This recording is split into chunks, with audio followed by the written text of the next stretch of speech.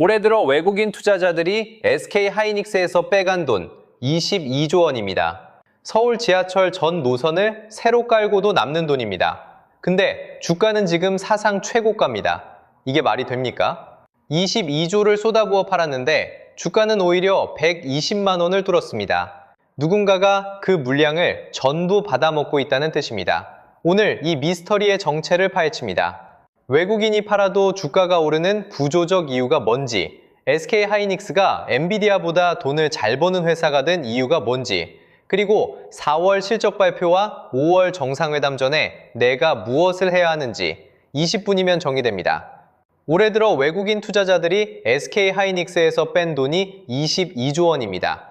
삼성전자에서 뺀 돈까지 합치면 64조 원. 한강의 다리를 64개 새로 놓을 수 있는 돈입니다. 이 숫자가 얼마나 비정상적인지 과거와 비교하면 바로 느껴집니다. 2008년 금융위기 때 외국인이 한국 시장에서 뺀 돈이 34조 원이었습니다.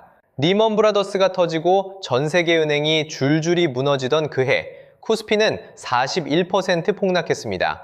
2020년 코로나가 터졌을 때는 한 달 만에 12.6조 원이 빠지면서 코스피가 1400선까지 무너졌습니다. 그런데 지금은 어떻습니까? 64조 원이 빠졌습니다. 2008년에 2배에 가까운 돈입니다. 코스피는 폭락했을까요? 아닙니다. 4월 20일의 기준 코스피 6,388포인트, 사상 최고치를 경신했습니다. SK하이닉스도 마찬가지입니다. 22조 원어치가 쏟아졌는데 주가는 122만 8천 원, 사상 처음 120만 원을 돌파했습니다. 이게 말이 됩니까? 역대급 매도 폭탄이 떨어졌는데 주가는 오히려 천장을 뚫은 겁니다. 그렇다면 질문은 하나입니다. 외국인이 쏟아낸 그 물량을 누가 받아먹었느냐? 답은 세 부류입니다. 국내 연기금, 삼성전자의 자사주 매입, 그리고 개인 투자자. 이 세 그룹이 외국인이 던진 물량을 전부 흡수했습니다. 여기서 연기금의 행동을 좀 더 뜯어봐야 합니다. 연기금이라는 건 국민연금을 포함한 대형 기관 투자자입니다. 이 돈은 단기 수익을 쫓지 않습니다. 수십 년을 내다보고 반기에 한 번씩 포트폴리오를 재조정합니다. 월급의 일부를 떼어 30년 뒤 돌려받는 돈입니다. 그 성격의 자금이 지금 외국인 매도 물량을 적극적으로 받고 있다는 건 현재 가격이 장기 기준으로 싸다고 판단했다는 뜻입니다. 연기금은 공포에 사지 않습니다. 계산에 삽니다. 그 계산기가 지금 매수를 가리키고 있는 겁니다. 시장은 이미 알고 있습니다. 이 물량을 받은 주체들이 손해볼 사람들이 아니라는 것을. 그러면 반대편도 봐야 합니다. 외국인은 왜 팔았을까요? SK하이닉스가 나쁜 회사라서 판 게 아닙니다. 환율 때문입니다. 원달러 환율이 1470원대까지 올라가 있습니다. 이게 무슨 뜻이냐면 SK하이닉스 주가가 한국 원화로 10% 올라도 달러로 환산하면 수익이 거의 남지 않거나 오히려 손실이 나는 구조입니다. 한국에서 아무리 장사를 잘해도 정산할 때 달러로 바꾸면 이익이 줄어드는 겁니다. 해외여행 갈 때 환율 올라서 체감 물가가 비싸지는 것과 같은 원리입니다. 그래서 외국인 입장에서는 수익 실현이 합리적인 선택이었습니다. 공포 매도가 아니라 환율 구조에 따른 자금 이동입니다. 근데 이 매도가 이상한 이유가 따로 있습니다. 외국인이 22조 원을 쏟아부어 팔았는데도 주가를 못 내렸습니다. 이건 단순히 누군가 받아줘서가 아닙니다. 팔면서도 주가를 못 내린다는 건 이 회사가 버는 돈이 그 매도 압력보다 크다는 뜻입니다. 그리고 더 흥미로운 신호가 하나 있습니다. 4월에 들어서면서 외국인의 행동이 바뀌었습니다. SK하이닉스에서 2조 9천억 원어치를 다시 사들이기 시작한 겁니다. 삼성전자까지 합치면 5조 원 이상입니다.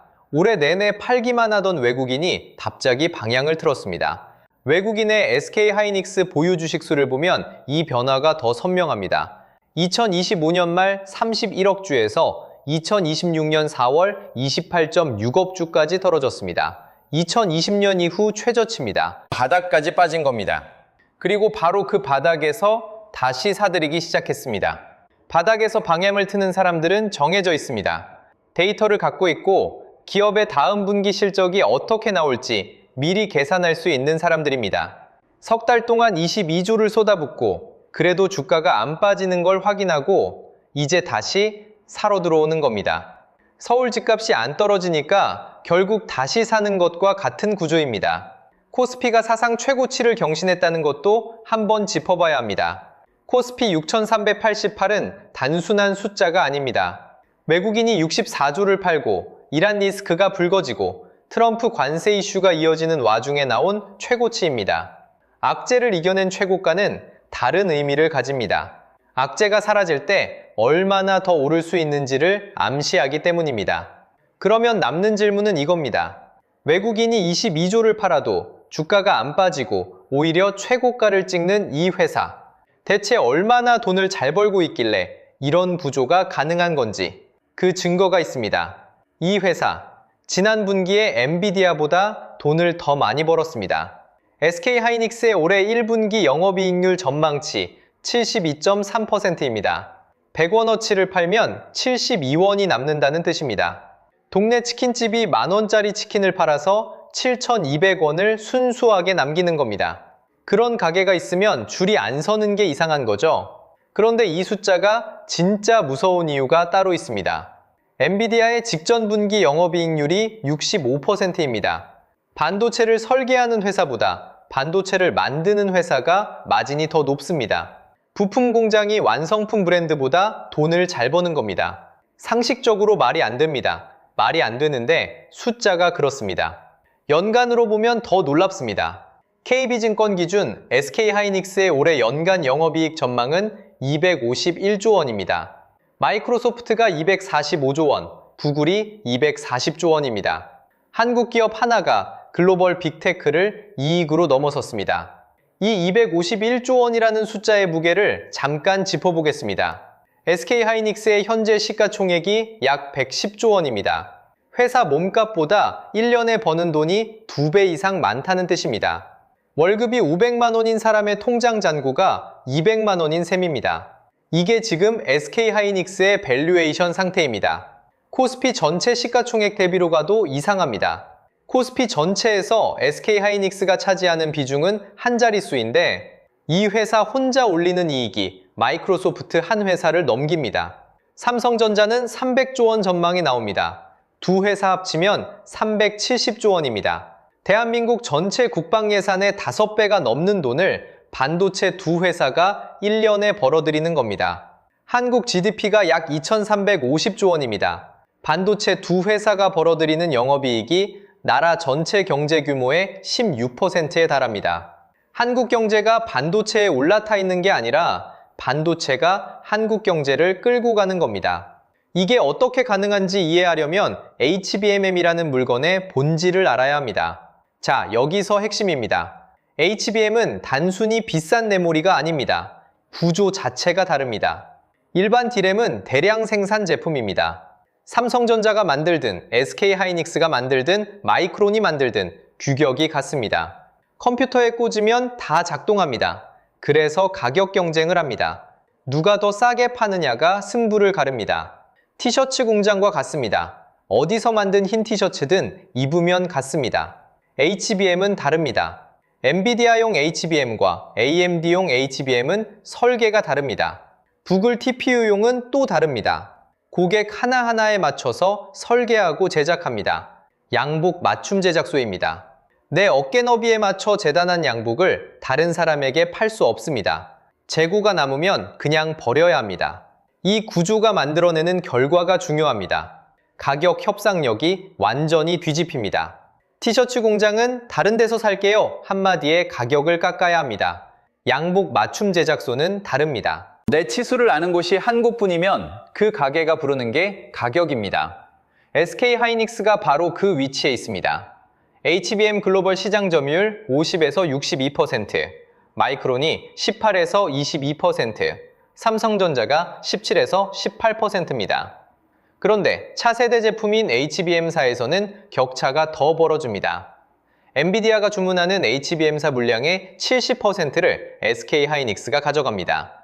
올해 2월부터 양산을 시작했고 16단 패키징까지 기술 준비가 끝난 상태입니다. 경쟁사 상황을 보면 이 격차의 의미가 더 분명해집니다. 삼성전자는 HBM 점유율이 17에서 18%입니다. SK하이닉스의 3분의 1 수준입니다. 마이크론은 미국 내에서도 목표가 하향 무늬가 나올 만큼 HBM 경쟁력에 물음표가 붙고 있습니다. 그리고 SK하이닉스는 일시 D램 수율 80%를 달성했습니다. 이게 중요합니다. 일시 D램은 HBM 사이의 핵심 원재료입니다. 수율 80%라는 건 100장을 만들면 80장이 합격이라는 뜻입니다. 빵집에서 100개 구우면 80개가 팔 수 있는 품질로 나오는 겁니다. 이 수율이 HBM 사이 양산 원가를 직접 결정합니다. 경쟁사가 같은 수율에 도달하기 전까지 SK하이닉스는 더 싸게 만들고 더 많이 팔 수 있는 구조입니다. 여기에 장기 계약까지 깔려 있습니다. 마이크로소프트, 구글 같은 빅테크들과 3년에서 5년짜리 장기 공급 계약을 맺었습니다. 규모가 수십조 원입니다. 3년 뒤에 팔 물건의 가격과 수량이 지금 이미 정해져 있다는 뜻입니다. 동네 양복점이 3년치 예약이 꽉 찬 겁니다. SK하이닉스 스스로도 발표했습니다. HBM은 2027년까지 공급이 부족하다고. 만들 수 있는 양보다 사겠다는 양이 더 많습니다. 이런 구조에서 가격이 떨어질 수가 없습니다. HBM만 오르는 것도 아닙니다. 일반 D램까지 가격이 폭등하고 있습니다. 올해 1분기에 커머디티 D램 가격이 전분기 대비 94% 올랐습니다. 석 달 만에 가격이 거의 2배가 된 겁니다. 작년에 10,000원이던 물건이 올해 20,000원이 됐다고 보면 됩니다. 2분기에는 58에서 63% 추가 급등이 전망됩니다. 이 현상에 메커니즘이 있습니다. AI 데이터 센터 한 곳을 짓는데 서버가 수만 대 들어갑니다. AI 서버 한 대에 들어가는 D램 용량은 일반 서버의 6배 이상입니다. 일반 서버가 커피 한 잔이라면 AI 서버는 양동이로 물을 퍼붓는 겁니다. 이 양동이들이 HBM뿐 아니라 일반 D램까지 전부 빨아들이고 있습니다. AI 데이터 센터가 메모리를 쓸어가면서 모바일용, 범용 메모리까지 수요가 밀려온 결과입니다. HBM 수요가 일반 D램 공급을 빼앗고 남은 일반 D램마저 부족해지면서 가격이 동반 급등하는 구조입니다. 정리하겠습니다. HBM은 맞춤형이라 가격 경쟁이 없습니다. 점유율 1이라 대체제가 없습니다. 장기 계약이 깔려 있어서 매출이 보장됩니다. 원시 D램 수율 80%로 차세대 HBM 사이에서도 원가 우위를 확보했습니다. 일반 D램까지 가격이 오르고 있습니다. 영업이익률 72.3%는 이 5가지가 동시에 맞물린 결과입니다. 이쯤 되면 한 가지 질문이 남습니다. 이 모든 게 이미 주가에 반영된 건지 아니면 아직 들어갈 자리가 있는 건지 그 판단을 하려면 딱 2개의 날짜를 알아야 합니다. 4월 23일과 5월 14일입니다. 4월 23일 이틀 뒤입니다. SK하이닉스 1분기 실적 발표가 나옵니다. 이 성적표를 어떻게 읽어야 하는지 정리하겠습니다. 증권사들이 예상하는 1분기 영업이익은 2가지 숫자가 있습니다. FN가이드 기준 컨센서스는 34조 9천억 원입니다. 그런데 최근 실적을 업데이트한 증권사 5곳만 따로 모으면 평균 40조 원이 나옵니다. 이 차이가 핵심입니다. 34조 9천억은 예전에 낸 예측까지 포함한 평균이고 40조는 최근 D램 가격 급등을 반영한 숫자입니다. 실제 발표가 40조를 넘기면 시장은 서프라이즈로 받아들입니다. 쉽게 말해 이런 겁니다. 학교 시험을 봤는데 반평균 예상이 80점입니다. 그런데 최근 공부량을 본 친구들은 95점쯤 나올 거라고 합니다. 실제로 95점이 나오면 반응이 달라지겠죠? 지금 SK하이닉스가 딱 그 상황입니다. 성적표에서 봐야 할 항목은 3가지입니다.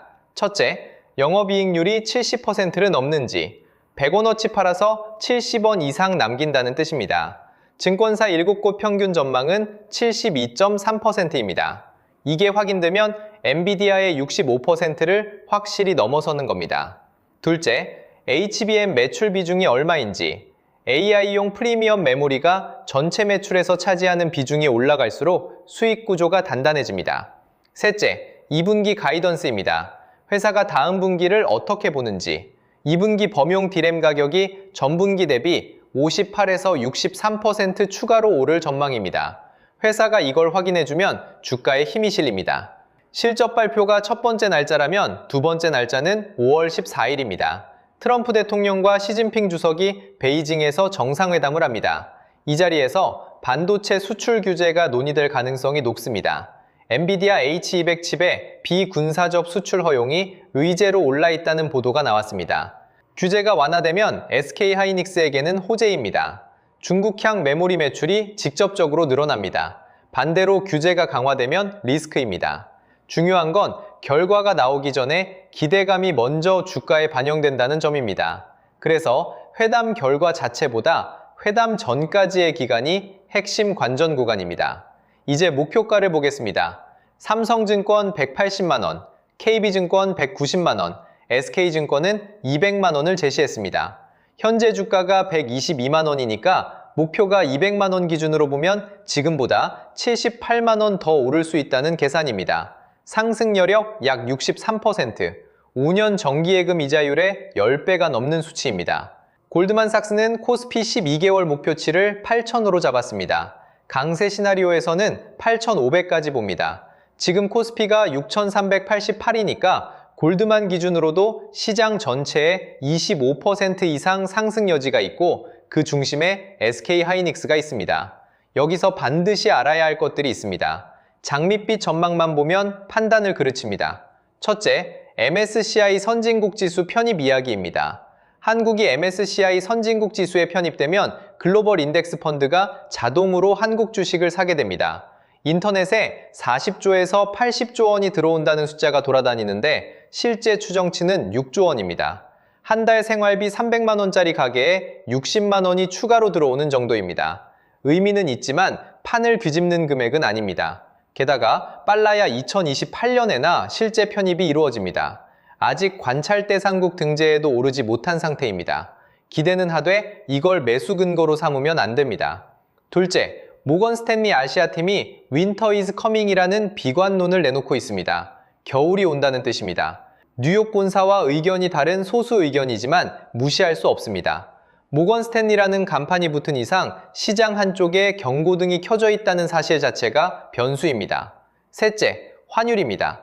원달러 환율이 1,470원대입니다. 수출기업 입장에서는 같은 달러를 벌어도 원화로 환산하면 이익이 커집니다. SK하이닉스 실적에는 유리합니다. 그런데 외국인 입장은 반대입니다. 원화 주식에 투자해서 수익을 냈어도 달러로 바꾸면 환차손이 납니다. 같은 환율이 누구에게는 이익이고 누구에게는 손해인 이중구조입니다. 외국인 매도가 쉽게 멈추지 않는 이유 중 하나입니다.